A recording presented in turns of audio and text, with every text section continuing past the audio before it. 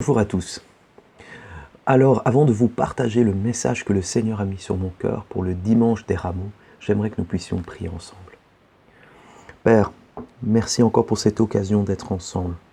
Merci pour cet outil informatique qui nous rend les choses possibles. Merci de bénir chacun là où il est, qu'il soit présent avec nous ou pas, pour différentes raisons. Merci pour ceux qui vont nous rejoindre en différé, qui vont revoir cette vidéo. Que ta présence soit auprès de chacun, que ta paix, ta joie remplisse les foyers. Seigneur, que ta main puisse conduire ces moments. Saint-Esprit, parle-nous, conduis-nous. Que tes paroles et ces paroles puissent nous faire du bien. Au nom de Jésus. Amen. Alors aujourd'hui, nous sommes à l'entrée de Jérusalem, dans ce fameux moment où les disciples, la foule va accueillir Jésus à Jérusalem, pensant accueillir le roi. Et nous allons voir à travers ce passage et deux autres moments qui vont suivre. Nous aurons trois passages aujourd'hui qui vont nous mettre en évidence trois éléments qui peuvent nous écarter de Jésus, qui peuvent nous empêcher de demeurer en lui. En effet, ce thème était abordé la semaine passée dans les différents mails qui ont été envoyés sur le fait de demeurer en lui. Et aujourd'hui, nous voyons trois éléments qui nous empêchent et qui nous bloquent, qui sont comme des pièges pour ne pas demeurer en lui. Et pour ce premier texte, nous allons lire tout d'abord dans Luc chapitre 19, les versets 29 à 40. Lorsqu'il approcha de Bethphagée et de Béthanie, vers la montagne appelée montagne des Oliviers, Jésus envoya deux de ses disciples en disant « Allez au village qui est en face. Quand vous y serez entrés, vous trouverez un ânon attaché sur lequel aucun homme ne s'est jamais assis. Détachez-le et emmenez-le. Si quelqu'un vous demande « Pourquoi le détachez-vous » vous lui répondrez « Le Seigneur en a besoin ». Ceux qui étaient envoyés allèrent et trouvèrent les choses comme Jésus leur avait dit. Comme ils détachaient l'ânon, ses maîtres leur dirent « Pourquoi détachez-vous l'ânon » Ils répondirent « Le Seigneur en a besoin ». Et ils amenèrent à Jésus l'ânon sur lequel ils jetèrent leurs vêtements et firent monter Jésus. Quand il fut en marche, les gens étendirent leurs vêtements sur le chemin. Et lorsque déjà il approchait de Jérusalem, vers la descente de la montagne des Oliviers, toute la multitude des disciples saisis de joie se mit à louer Dieu à haute voix pour tous les miracles qu'ils avaient vus. Ils disaient « Béni soit le roi qui vient au nom du Seigneur, paix dans le ciel et gloire dans les lieux très hauts. » Quelques pharisiens du milieu de la foule dirent à Jésus « Maître, reprends tes disciples. » Et il répondit « Je vous le dis, s'ils se taisent, les pierres crieront. » Alors j'aimerais m'arrêter aujourd'hui sur les disciples et particulièrement cette foule qui acclame, qui accueille Jésus dans cette arrivée à Jérusalem où ils ont l'impression d'accueillir un roi. Et ils accueillent en effet un roi, mais qui ne va pas aller dans la direction et l'endroit où ils le veulent. Si eux attendent un trône, Jésus sait qu'ils se dirigent vers la croix. Mais eux, l'ont-ils vraiment compris ? La foule est souvent changeante. Et lorsque nous voyons ici les acclamations, nous savons que bientôt cette foule va fuir, renier, voire crier « Crucifie-le ». Pourtant, Jésus leur avait annoncé. Le chapitre précédent nous en parle. Si nous allons au chapitre 18, les versets 31 à 34 nous rappellent que Jésus avait prévenu des choses qui allaient arriver. Verset 31. Jésus prit les 12 auprès de lui et leur dit « Voici, nous montons à Jérusalem. Et tout ce qui a été écrit par les prophètes au sujet du Fils de l'homme s'accomplira. Car il sera livré aux païens, on se moquera de lui, on l'outragera, on crachera sur lui. Et après l'avoir battu de verge, on le fera mourir. Et le troisième jour, il ressuscitera. » Mais ils ne comprirent rien à cela. C'était pour eux un langage caché, des paroles dont ils ne saisissaient pas le sens. La foule est très changeante et elle ne comprend pas toujours ce qui se passe. Aujourd'hui, à 20h, des gens vont applaudir pour souligner tout le travail du service hospitalier. Et ce geste est beau. Mais un pasteur soulignait le fait que combien sont prêts à se sacrifier pour aller les aider dans les hôpitaux en étant à proximité de la maladie. Là, souvent, nous fouillons. Lorsqu'il faut se sacrifier, s'engager réellement, nous ne sommes plus là. D'autres diront aussi au journal qu'ils préféraient qu'au lieu que les gens applaudissent, puissent rester chez eux plutôt que de profiter d'un week-end pour aller prendre l'air en groupe à plusieurs. En effet, le sacrifice et l'engagement est plus dur à tenir que l'applaudissement. Et c'est ce que nous constatons avec la foule. Les médias aujourd'hui, eux, leur but est de nous communiquer une information qui va nous tenir en haleine, mais parfois aussi jouer sur notre peur. Et là, il faut faire attention et être vigilant. Car si nous sommes plus à l'écoute de la foule, plus à l'écoute du mouvement de masse, nous risquons de nous éloigner, de nous écarter des paroles de Jésus lui-même. Que ce soit au moment de l'époque des disciples, mais aussi à notre époque. En tant que disciples, restons dans les paroles de Christ, restons dans ce que lui a dit, afin de comprendre et de saisir l'époque dans laquelle nous sommes et ce qui est en train d'arriver. Laissons la foule de côté.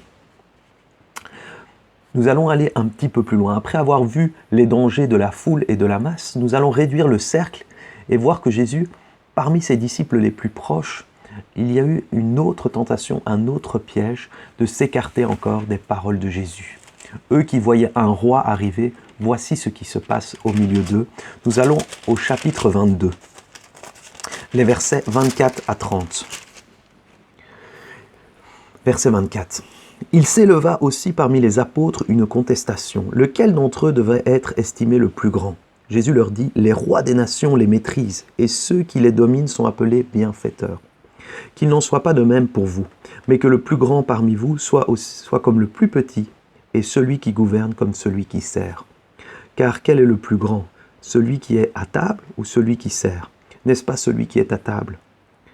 Et moi, cependant, je suis au milieu de vous comme celui qui sert. Vous, vous êtes ceux qui avez persévéré avec moi dans mes épreuves. C'est pourquoi je dispose du royaume en votre faveur, comme mon Père en a disposé en ma faveur, afin que vous mangiez et buviez à ma table dans mon royaume, et que vous soyez assis sur des trônes pour juger les 12 tribus d'Israël. Les disciples pensent que Jésus vient en roi pour établir un royaume. Et ils se questionnent sur est-ce qu'eux auront une bonne place? Est-ce qu'eux seront situés proches de lui et pourront avoir des places importantes, une place privilégiée?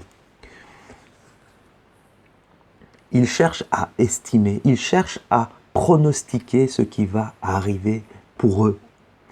Et aujourd'hui, nous sommes dans un contexte où beaucoup essayent de pronostiquer. Combien encore de jours de confinement? Jusqu'à quand allons-nous rester bloqués dans ce confinement? Est-ce que les chiffres annoncés sont bons ou pas par rapport aux gens qui sont infectés par le coronavirus? Complot ou pas complot? Beaucoup de pronostics sont là autour de nous. Chacun y va de son avis. Nous pouvons trouver de tout sur Internet, du bon comme du moins bon. Mais tous les pronostics existent. Là encore, que dit Jésus? Jésus reprendra ses disciples en disant « Ne cherche pas à tout savoir, mais sois fidèle dans le service qui t'est donné. Le Père a déjà tout prévu. »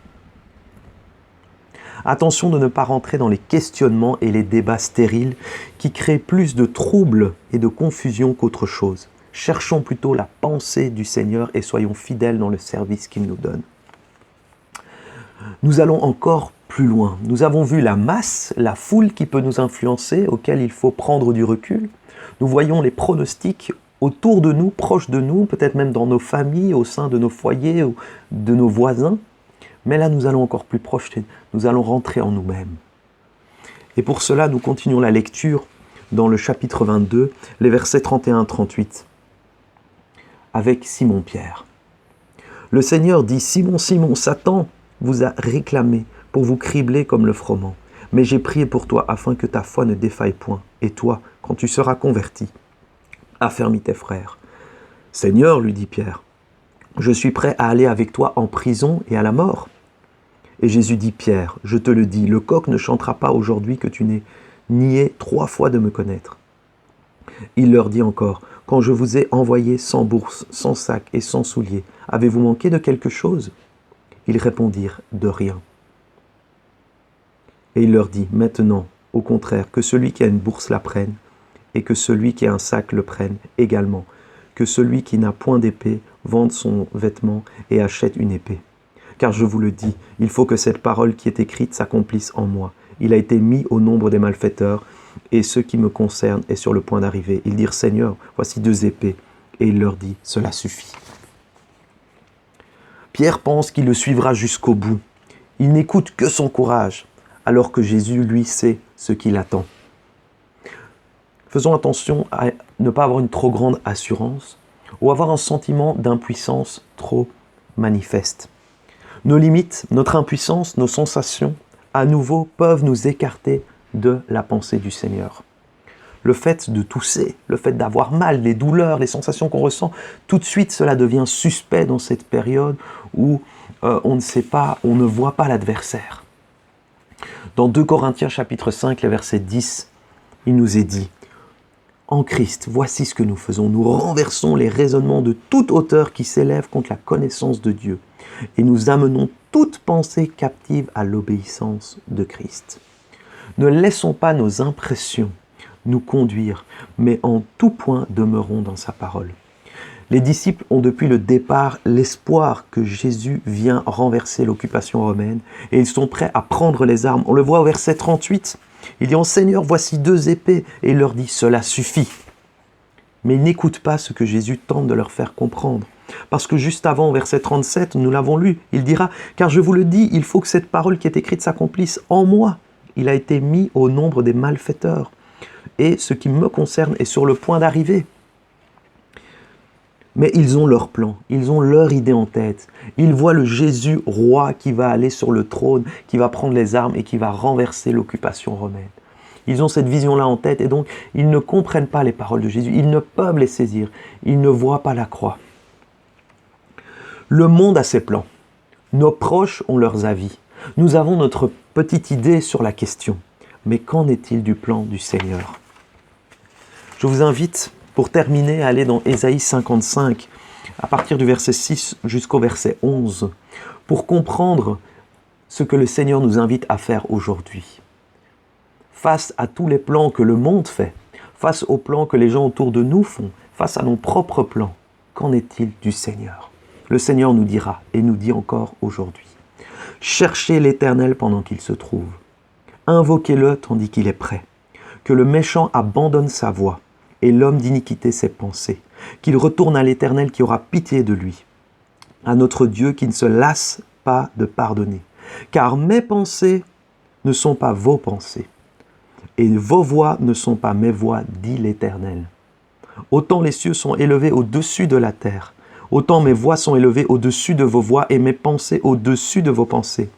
Comme la pluie et la neige descendent des cieux et n'y retournent pas sans avoir arrosé, fécondé la terre, et fait germer les plantes, sans avoir donné de la semence au semeur et du pain à celui qui mange, ainsi en est-il de ma parole qui sort de ma bouche. Elle ne retourne pas à moi sans effet, sans avoir exécuté ma volonté et accompli mes desseins. Lorsque j'écoute le monde, les autres ou moi-même, plus que Dieu, je risque de perdre Dieu de vue. Peu importe ce que le monde dit, les gens disent ou ce que je perçois, ce ne sont que des informations et c'est moi qui décide ce que j'en fais. Ne soyons pas les marionnettes des circonstances, mais restons à l'écoute de la parole de Dieu en tout temps. Le psaume 16, verset 8, nous dira « J'ai constamment l'Éternel sous mes yeux. Quand il est à ma droite, je ne chancelle pas. Aussi mon cœur est dans la joie. Mon esprit est dans l'allégresse et mon corps repose en sécurité. » C'est ma prière pour vous en ce temps de confinement et pour moi-même. Demeurons en lui. Demeurer en lui, c'est savoir qu'il demeure en nous. C'est porter du fruit, c'est vaincre le mal et c'est être une nouvelle créature. Alors demeurons en Christ. Pour terminer, j'aimerais concrètement vous laisser quelques conseils pour demeurer en Christ.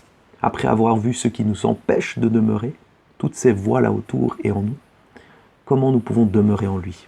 Premièrement, prendre du temps dans la louange, nous rappeler qui il est, nous rappeler ce qu'il a fait. Restons en prière. Confions à Dieu et aux personnes qui sont autour ce qui nous habite, nos peurs, nos doutes, nos inquiétudes. N'hésitons pas à les déposer aux pieds du Seigneur, mais aussi à des personnes de confiance. Parce que nous sommes humains, nous restons humains dans tout cela. Quatrièmement, méditons les Écritures.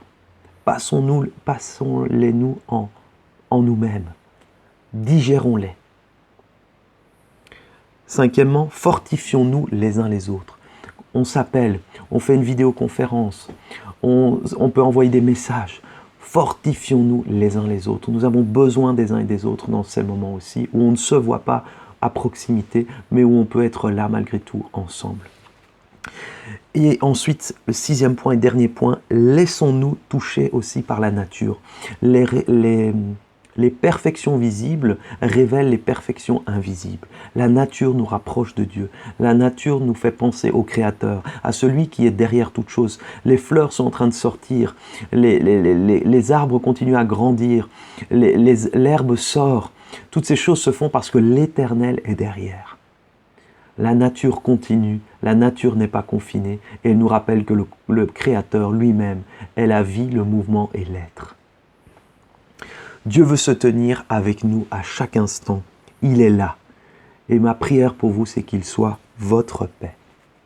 Que le Seigneur vous bénisse et que ce message puisse vous encourager à demeurer en lui et dans sa parole. Soyez bénis.